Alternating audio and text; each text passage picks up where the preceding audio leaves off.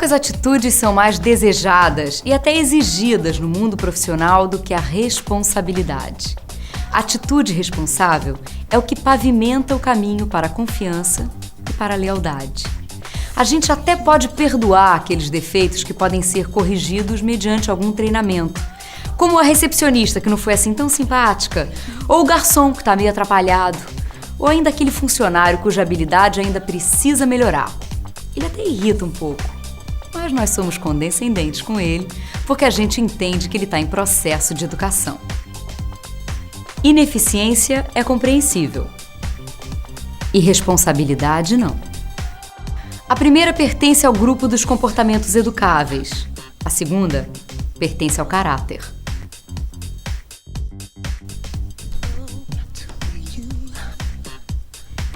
Responsável é a pessoa que responde pelos seus próprios atos ou pelos atos de outras pessoas pelas quais ele é responsável.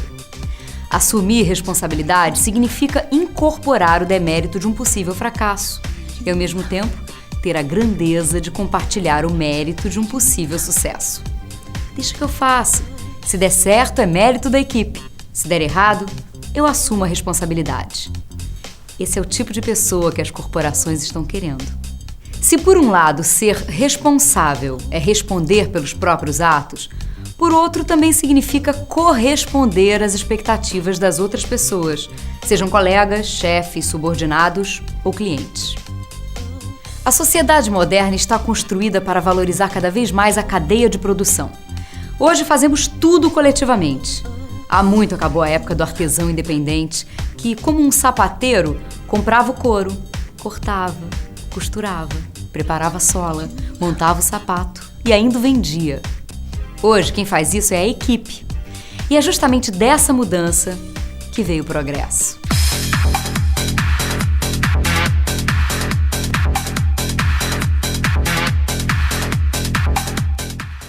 Por isso, a responsabilidade está tão em alta. A falha de um compromete o trabalho de todos, portanto, o produto final.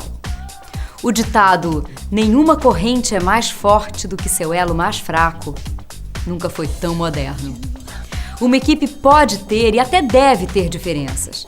Conhecimentos, habilidades, velocidades, percepções, tarefas podem ser diferentes. Responsabilidade, não. Essa deve ser igual para todos os membros. A reação em cadeia provocada por um ato irresponsável, aparentemente pequeno, pode pôr tudo a perder. Lembra das fraudes irresponsáveis nos balanços daquelas companhias americanas? Pois é, o mundo está pagando o pato. É famosa a história do rei Ricardo III, que conduzia seu exército para uma batalha contra Henrique, conde de Richmond, na disputa pela coroa da Inglaterra. No calor da batalha, ele precisou disparar para aglutinar parte do exército que estava debandando, quando seu cavalo perdeu uma ferradura e caiu. Depois levantou-se e fugiu, deixando Ricardo a pé e gritando: "Um cavalo! Meu reino por um cavalo!" Pois é, consta que isso aconteceu porque o ferreiro, irresponsavelmente, achou que um prego a menos por ferradura não faria mal e ele economizaria pregos em falta durante a guerra. Por causa de um prego, perdeu-se a ferradura, o cavalo, a batalha, o reinado. Não há responsabilidade maior ou menor. Há apenas responsabilidade. O filósofo grego Aristóteles foi um dos primeiros pensadores a observar a importância da responsabilidade. Dizia ele que nós somos aquilo que nos tornamos através de nossas ações repetidas. Nós temos, portanto, a responsabilidade de definir o que desejamos ser e como desejamos ser vistos pela coletividade. Um jovem ateniense fazia aos 17 anos o juramento que o transformava em cidadão. Jurava lutar pela observância das leis e dos ideais e no final dizia que pretendia legar uma cidade maior e melhor do que aquela que tinha recebido para habitar. A consciência do cidadão, habitante da cidade, do conjunto de pessoas que compartilham um espaço, é um ato de responsabilidade.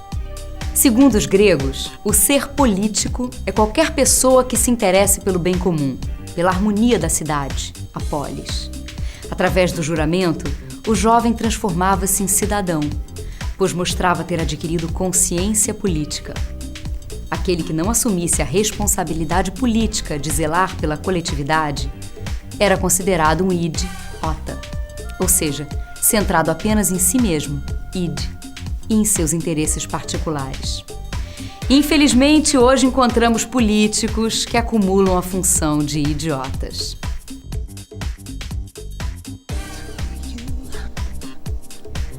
Não abra mão de ser responsável.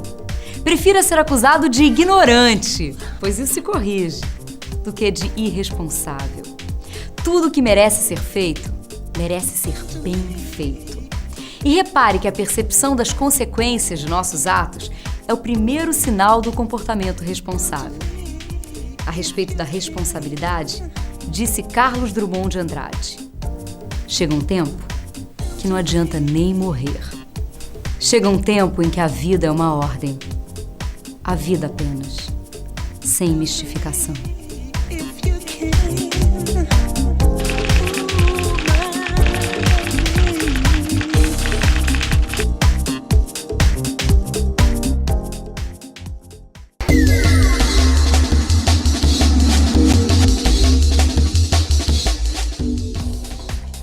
Na vida de qualquer um de nós há momentos em que a preguiça vence.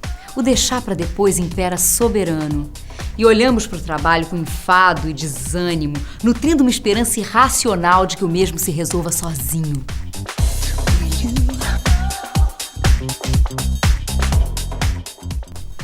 Nesses momentos, uma boa alternativa é dar um tempo e recorrer à literatura. Experimente o grande Fernando Pessoa. Sabe o que ele disse em seu poema chamado Trabalho? Não vieste à Terra para perguntar se Deus, vida ou morte existem ou não. Pega a ferramenta para trabalhar, pondo na tarefa cada pulsação. Ferramenta tens, não procures em vão. Saúde, fé em ti, arte eficiente, capacidade, poder de expressão, coração sensível e força da mente. Em outras palavras, pare de se lamentar e inventar desculpas e procure resolver suas pendências. Você tem todas as condições necessárias. O que falta é apenas a decisão, a disciplina. A palavra disciplina é uma das mais impopulares do mundo. No dicionário, a palavra disciplina vem depois de dentista e de diarreia. Porém, o conceito traduzido por essa palavra é o mais popular entre aqueles que entendem sua relação com o sucesso nas empreitadas da vida. Toda a hierarquia e toda a força do exército, por exemplo, estão baseadas na disciplina. E ter disciplina significa mandar e obedecer. Dentro do exército, o sargento manda e o soldado obedece. O capitão manda e o sargento obedece. E pronto. E fora do exército? Bem, na sua vida você manda e você obedece. Se você não se habituar a mandar corretamente em você mesmo e também a obedecer ao que foi decidido como melhor a se fazer, aí então os outros vão começar a se meter na sua vida, querendo mandar em você. Ter disciplina pessoal é apenas isso. Decidir o que deve ser feito e fazer. Isso não pode depender da vontade daquele momento. Tem que depender da decisão que foi tomada. A vontade é emocional. A decisão é racional.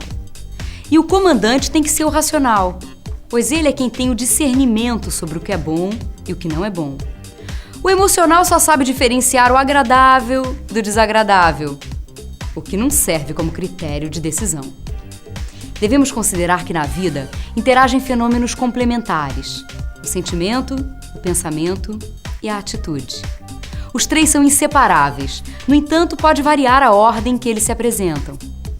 Vejamos as três possibilidades.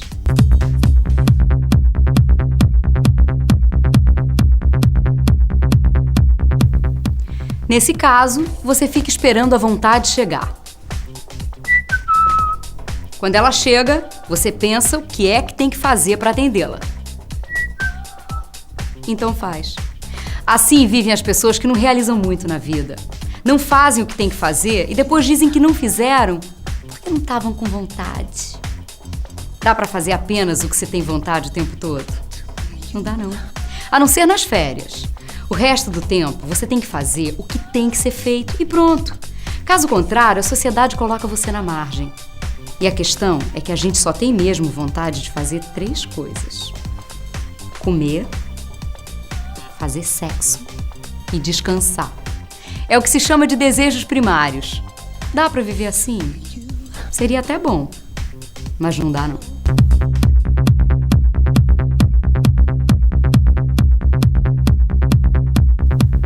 Aqui você coloca o pensamento na frente. Se ele for consistente, tiver qualidade, será capaz de gerar sentimento. Esse sentimento chama-se motivação, que é o grande motor propulsor do trabalho e da realização. Por isso, temos que ter qualidade de pensamento. É isso mesmo, você pode controlar os pensamentos que irão gerar sentimentos e atitudes.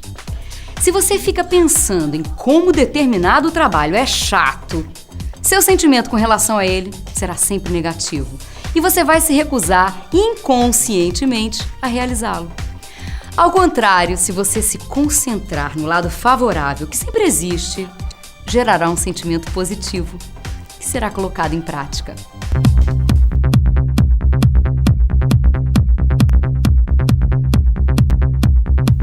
A terceira opção é também poderosa. Pense no que é bom para você e faça. Não fique esperando a vontadinha chegar, que talvez ela não chegue nunca. É bom para você fazer ginástica?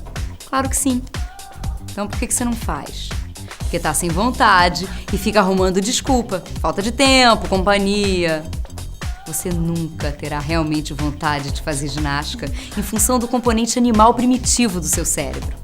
No entanto, quando você vai pra academia, pra piscina, pra quadra ou pro parque, mesmo sem vontade de ir, o que acontece quando você chega lá e começa a se exercitar? A vontade chega, não chega? E você pensa, puxa, como tá bom aqui, quase que eu não vim. Jamais esqueça isso. A ação pode e muitas vezes deve preceder a emoção. Isso vale para tudo. Fazer ginástica, trabalhar, estudar. Vale até para coçar a cabeça. Comece, que a vontade chega. A questão de ter disciplina na vida passa exatamente por esse aspecto. Pessoas disciplinadas são as que conseguem definir com clareza o que deve ser feito e não abrem mão do decidido, sabendo que o resultado sempre será compensador. A indisciplina dispersa energia. A disciplina condensa. E no mundo atual, ninguém está em posição de desperdiçar energia em hipótese alguma. Mas antes que você ache que eu estou sugerindo que você seja uma vaquinha de presépio e concorde com todas as ordens que receber, saiba que não é a isso que eu estou me referindo. Ser disciplinado significa obedecer às ordens que você mesmo se dá. Só que para isso, você tem que se dar as ordens certas. Caso contrário, o mundo começa a se meter na sua vida. Pense nisso.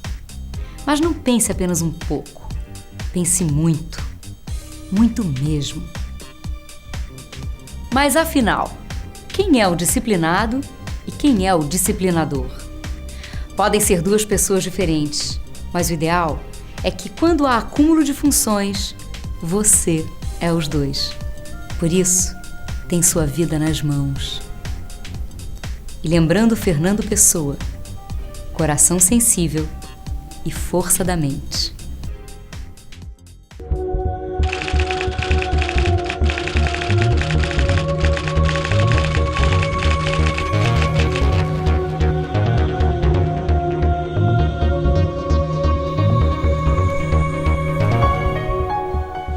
Em uma época onde os mínimos detalhes são importantes no currículo, imagine o peso que um histórico de responsabilidade tem na sua carreira, na sua vida. Ainda mais se essa responsabilidade estiver associada à disciplina. Pense sobre isso e haja. Até a próxima!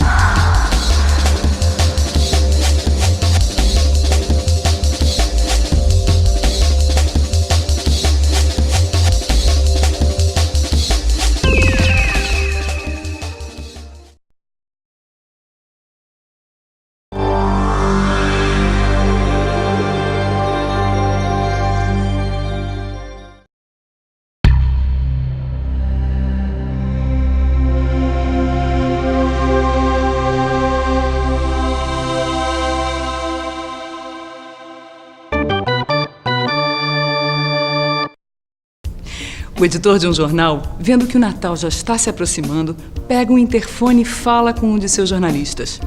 Alô, Paulo, o Natal já está chegando, me prepara 4 laudas de matéria sobre Jesus Cristo e deixa em cima da minha mesa. No dia seguinte, chega o editor e procura pela matéria. Não encontra. Pega o telefone e liga para o jornalista. Paulo, cadê a matéria que eu te pedi ontem? Não fez? Por quê? Aí ele ouve pelo telefone a explicação. O senhor não me falou se era para fazer contra ou a favor.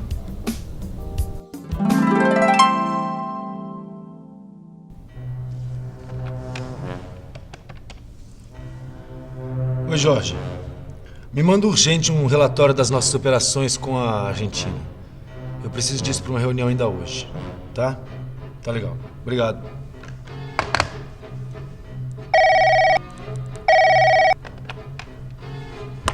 Oi, Jorge. Claro. Inclui também uma cópia dos contratos. Tá bom.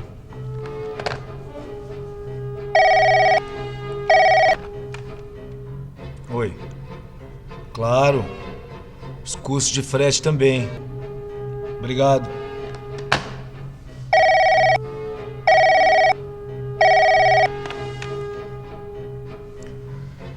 Impostos também, Jorge. Tudo. Um relatório da operação como um todo, tá? Isso. Tá bom.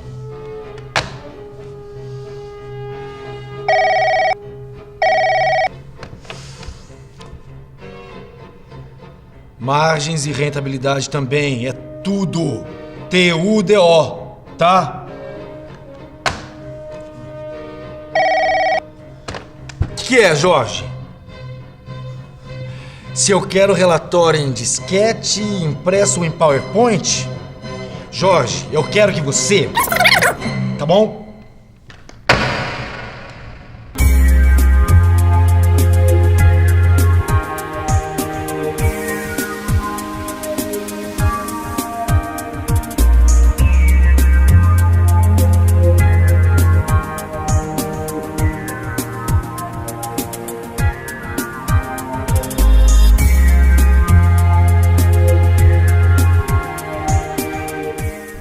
Em 1899, Elbert Hubbard publicou em sua revista A Philistine um artigo de sua autoria.